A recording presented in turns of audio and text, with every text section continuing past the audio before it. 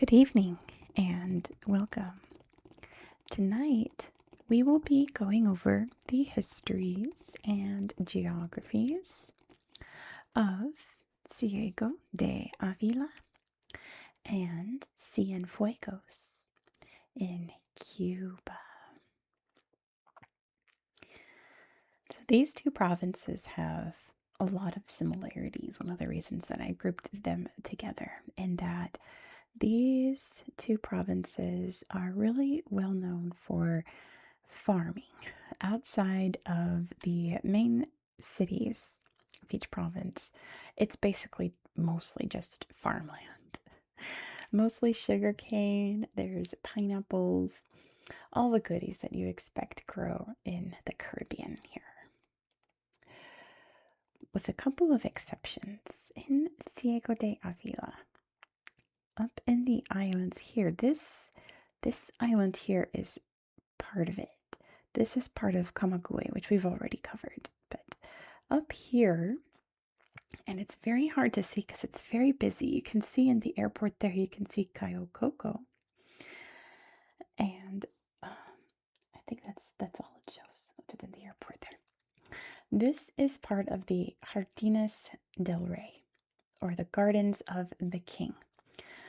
Much more famously is down south the Jardines de la Reina, the Gardens of the Queen, which as you can see is a national park and all that. Very famous for scuba and snorkeling and all those underwater goodies.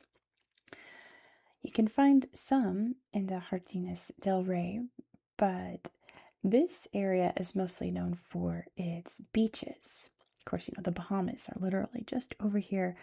The water's fantastic for swimming and diving and all of that. So along the coast up here are a lot of resorts. Some are still being built as we speak. I'm sure if you watch this in like 10 years, they'll be all built, but a lot of resorts up here. So even though this province does have a lot of agriculture, its economy is mostly being based around tourism up there in the north. In the south, it's all very mangrovey, so not really any tourism there. You can see Júcar right here, which is a port city. The other important city in this province is Morón, which is much older than the other cities here. You can see also very small up here, this is the Laguna de Leche, which is the largest natural lake in Cuba. Thus named because it has a really creamy color to it, something to do with the bacteria in it and all of that. It means the milk lake, Laguna de Leche. It sounds delicious, but don't drink that. Over here in Cienfuegos, like I said, pretty much just architecture all around. You can see the city of Cienfuegos, and also very hard to see. Of course, we'll look at all of this on Google Earth later, so it'll be much easier to see. But there is a little opening here. You can see there's land right here and land right here, and there's a little gap that leads into the Bahía de Cienfuegos, which also has some good diving and snorkeling and swimming and all of that. But Cienfuegos is the star attraction, and in fact it is a UNESCO World Heritage Site. So let me get my book and we'll read about historic Cienfuegos. Gosh, this book is so heavy, and it's not even the updated one. It's missing like 200 sites. Here we go. Okay, let me take off my bookmark sticky note. There we go. I'm so zoomed in. Historic, the urban, I said Cuban, urban historic center of Cienfuegos in Cuba. Cienfuegos was founded in 1819 on the Caribbean coast of southern central Cuba, at the heart of the country's sugarcane, mango, tobacco, and coffee production. Trading powered the city's growth, with wax production, as well as timber and sugar, becoming increasingly important in the 19th century. This historic town exhibits an important interchange of cultural and social influences based on the Spanish Enlightenment. It is also the first and finest example of an architectural ensemble representing the new ideas of modernity, hygiene, and order in urban planning as developed in Latin America from the 19th century. There's a little fact down here that says, in its 2 centuries of existence, Cienfuegos has always been a particularly important trading city. Despite its success, the heritage area has retained its historic fabric without the drastic changes common in many other cities.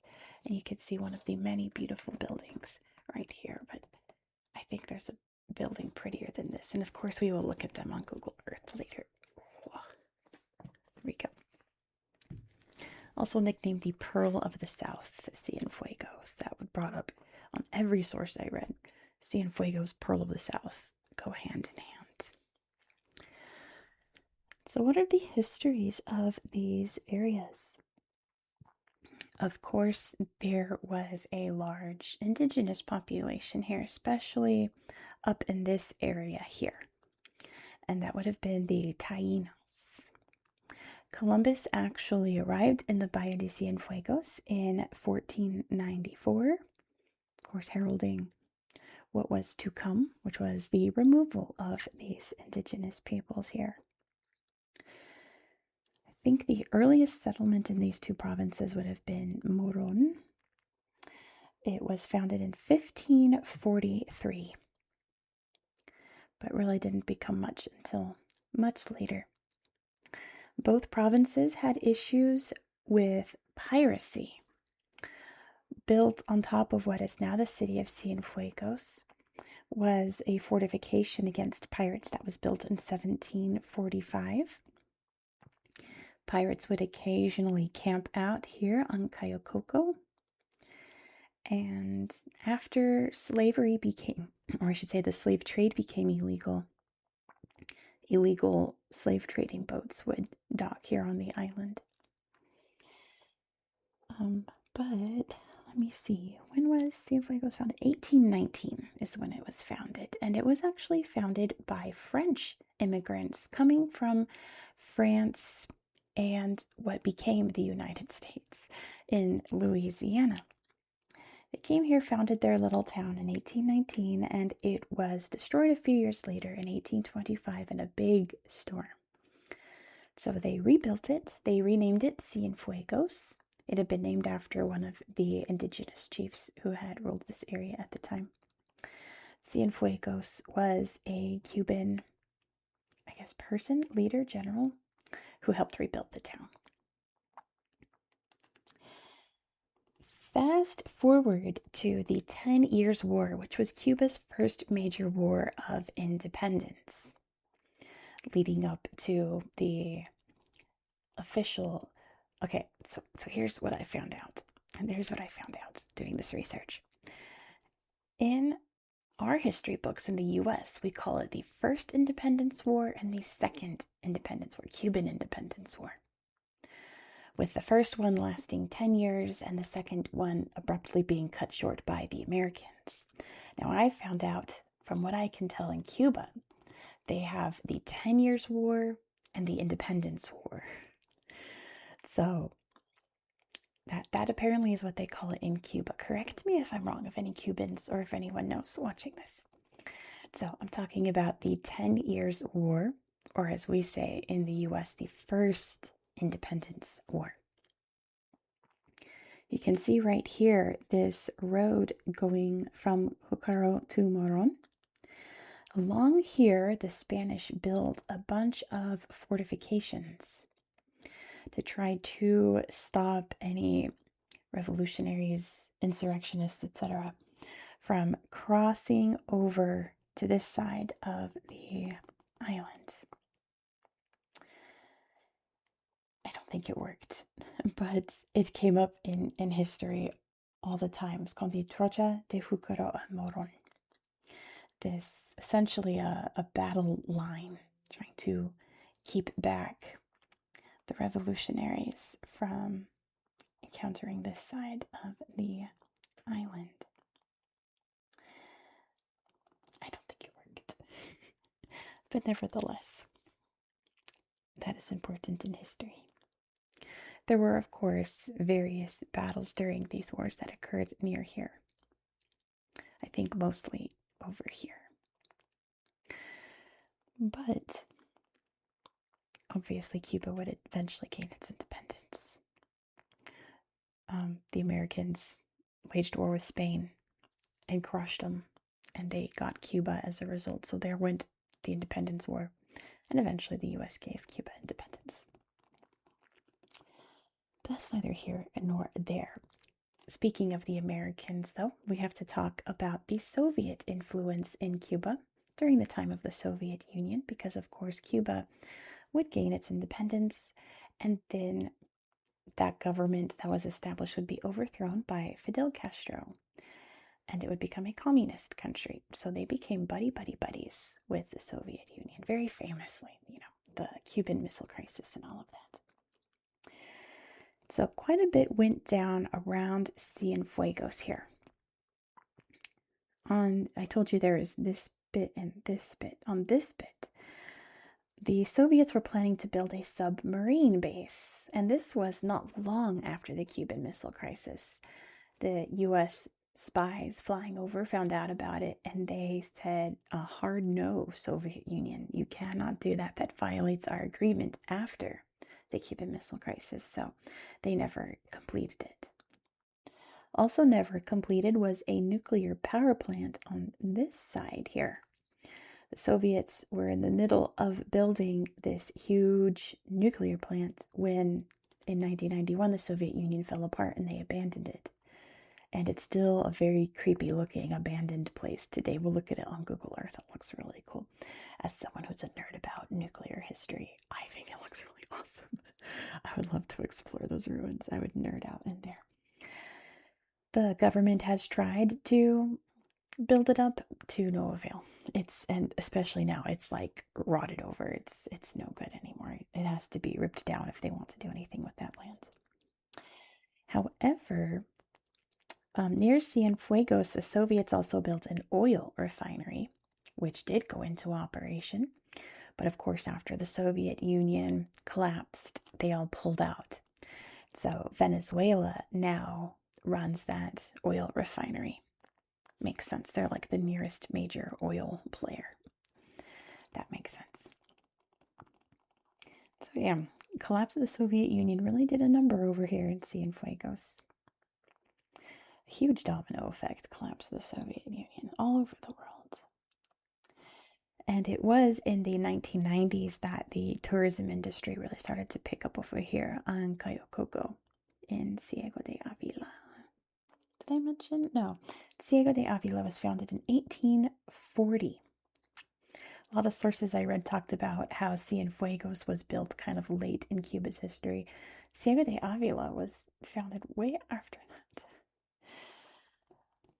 But that was during the big production boom of sugar here in Cuba. The slave trade was illegal, but slavery was still very much a thing. So it was a very prosperous industry. So, pardon me, these cities were built to help manage the booming sugar industry. And that's pretty much the history that I have for you for these two provinces of Cuba. So why don't I clear my throat off camera and hit the lights, and we will explore Ciego de Ávila and Cienfuegos on Google Earth. Let's go. Here we are, starting off in Ciego de Ávila province. But of course, let's start by zooming out so you can see exactly where we are in the world. Here is Cuba, the largest island in the Caribbean Sea. You can see the Bahamas up here, Jamaica's down here, Hispaniola's over here with Haiti and the Dominican Republic, and Florida in the United States is just a hop, skip, and a jump away. It's part of the Greater Antilles, These islands here are the Greater Antilles, Cuba, Jamaica, Hispaniola, Puerto Rico. My cat's crying at the door. Ignore her. So yeah, let's start up here. We'll work our way south. You can see all of the beautiful coral and things up here. All right, she's scratching at the door. I gotta let her in. 1 second. All right, kitten's in here. She's got the crazy eyes.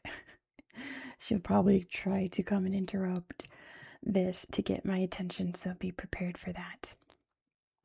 But let's look at this coastline here. You can see all the resorts popping up. There's Delfinario, some dolphins here, where you can splash around with them. Cute little bottlenose dolphins. They're so sociable. Let me make sure that everything filters on. Okay, good. But yeah, you can see along the coast here, big resort here. They got little cabins in this one. Climbing center right there.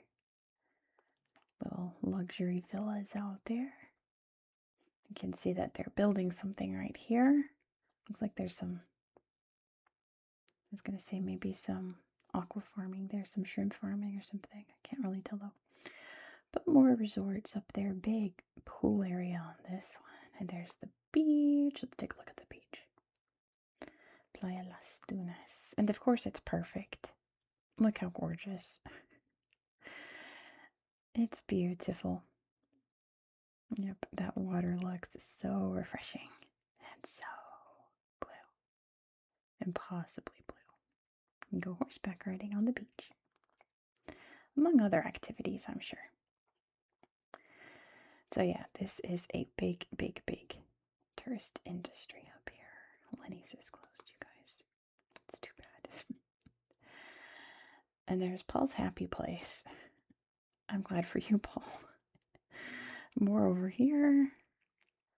Hotel Flamenco. My goodness. This is a big one. Whoa. That one's really big. Holy moly. So yeah, that is up. There's another one. They're all over the place. There's camping there. Oh, that would be so nice to camp by this water. That would be so great. There's more over here on Cayo Guillermo. It's pretty wild. Let's see if there's any good slideshows over here. Dina's Distillery. What's in the water there? Looks like a ray. Can't really tell though. Cayo Guillermo National Park. Oh, look at the classic Cuban cars there. Old-timey cars. I think I've told this story before, but when the U.S. negotiated... Ooh, the lobster shack. I would tear that up. When the U.S. negotiated, like, some form of peace between the U.S. and Cuba, believe it or not, it happened for a brief moment under the Obama administration. I had a friend who immediately bought a ticket to go to Cuba. Look at the hutia. So cute. And obviously she didn't have self-service there. So she had to bring an actual camera to take pictures. And the pictures she brought back looked like they were from 1960. Look at this giant crab. Like the pictures were from, what was it, like 2014, 2013, whenever that was. But they looked like they were from 1970 because nothing had changed since that time. It was pretty wild to see. So the cars there are a good example of that. Look at this big bridge that's built out. Where's it going? All the way across. Holy moly. That'd be kind of a fun drive. There's a restaurant. I guess you can pull over and get a bite to eat there while you're on your big long drive over the sea. Yeah, let's see. Wow. Yeah, that's a drive for sure. My goodness.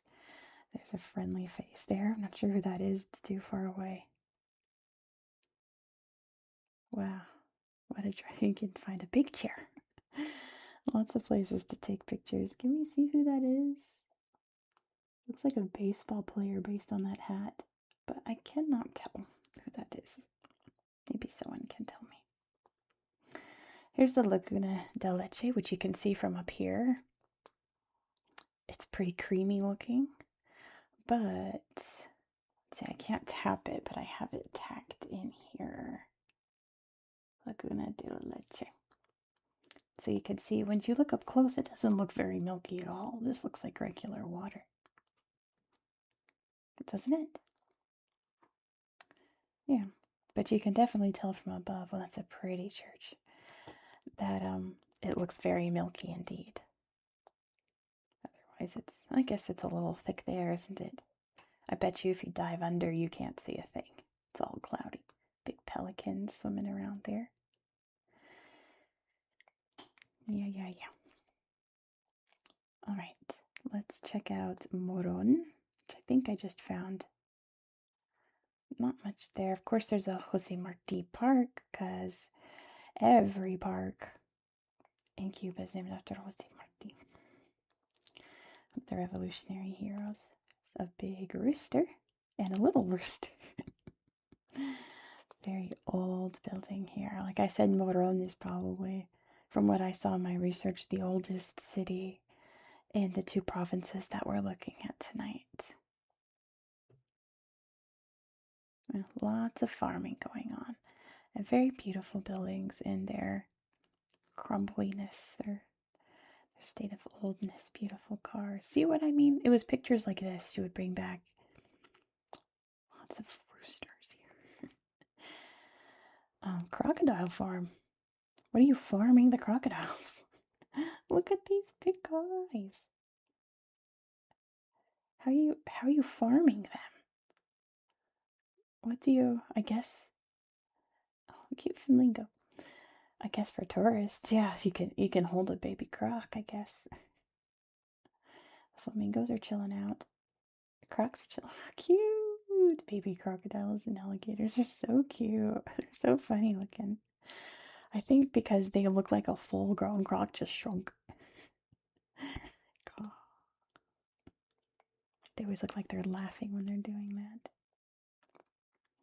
Anyway, let's head down to the actual Ciego de Ávila.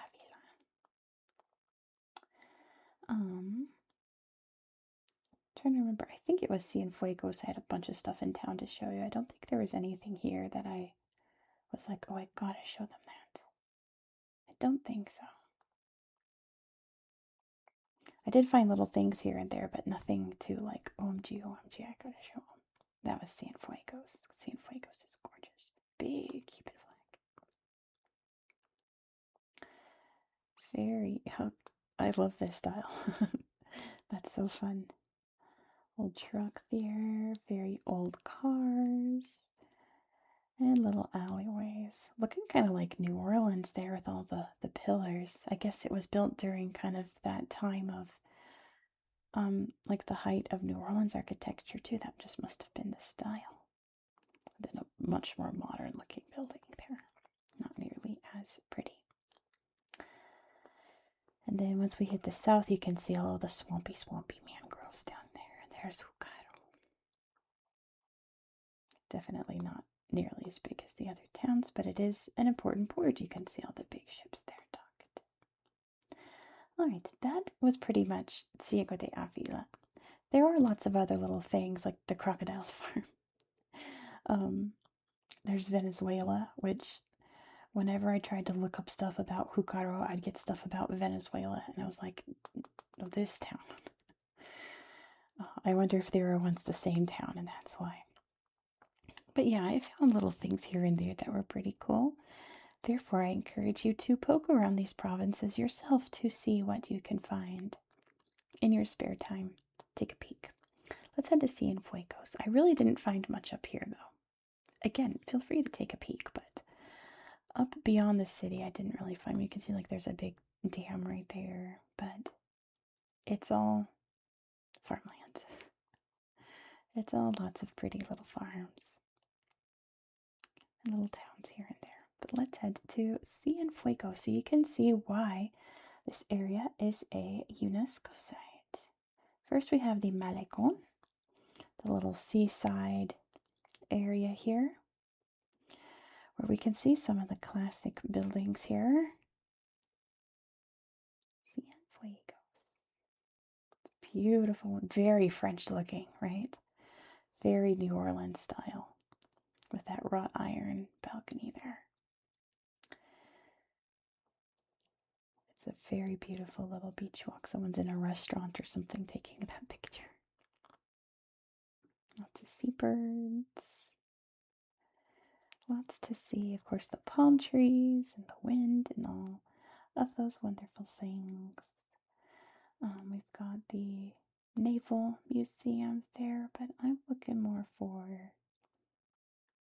So you can tell it's a colonial town when you see this grid, right? That's how you know.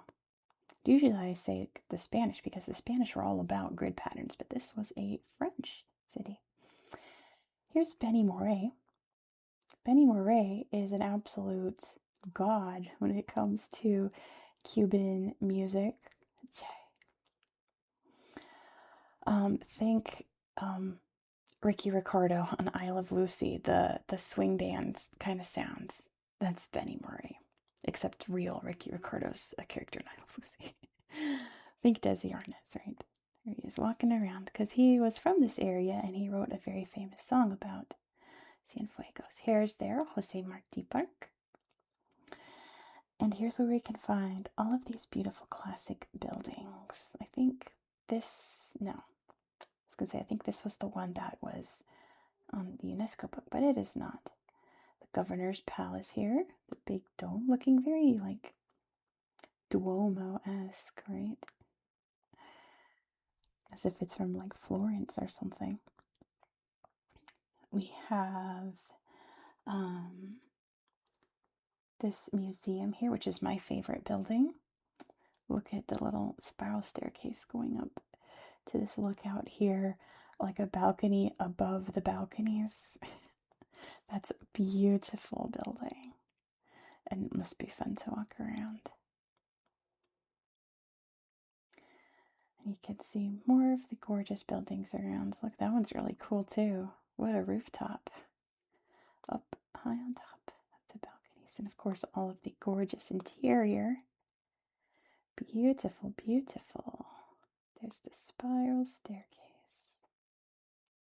And it's an arts museum by the looks of it. Ooh, I don't like that. There's Benny Moré right there. And the tiled floor. Ooh, very artsy black and white picture there. Oh, wait. That was pretty. Look at the details under the balcony. Every corner is detailed. Very cool. And the Thomas Terry Theater came up whenever I researched Cienfuegos. As you can see, it's absolutely gorgeous inside. All palatial. Looking very neoclassical here. And it's a big, gorgeous, gorgeous, gorgeous building inside. I think much prettier inside than outside. Look at the classic chairs. And the murals. Sarah Bernhardt was there. What a queen. And some more modern art. That's really cool. Oh, and then the statue in the middle. Teatro Thomas Terry. Look at that. Pretty neat. The park here, like it says, has some great statues. A big arch leading you in. Pretty sure that's Cienfuegos, Señor Cienfuegos right there. And it must be Jose Marti in the center. Like, every park in Turkey is Ataturk Park. What's another example? You know, like the hero is Jose Marti in Cuba. Oh, that's a pretty car. Outside my favorite building. They're matchy-matchy. That's a pretty car too. But yeah, if you don't know about that with Cuba, everything's named Playtarima. Let's see another beach. We'll look at some more in a bit, but no, that's not very exciting. You'd think Queen Beach would be nicer than that. But yeah, that is the UNESCO quarter right there. And Malecon. Over here, I believe this is the oil refinery over here. There's a lot of industry going on over here, though. You can see Vasilevsky over here. Because it can't be a Soviet monument without a Soviet monument. Oh, here's the refinery. Cienfuegos refinery. And over here, there's a flamingo. Let's peek at the flamingos here real quick. I love flamingos. Oh, mangrovey. Look how cute. I thought for a second they were floating on the water. I was about to say, I've never seen a flamingo just like floating on the water, but they're standing around like they always do. Some pineapples up there. Big water birds. Some kayaking. Some geckos. Fishing. Big flamingos flying around. How sweet. But over here somewhere, we'll find it.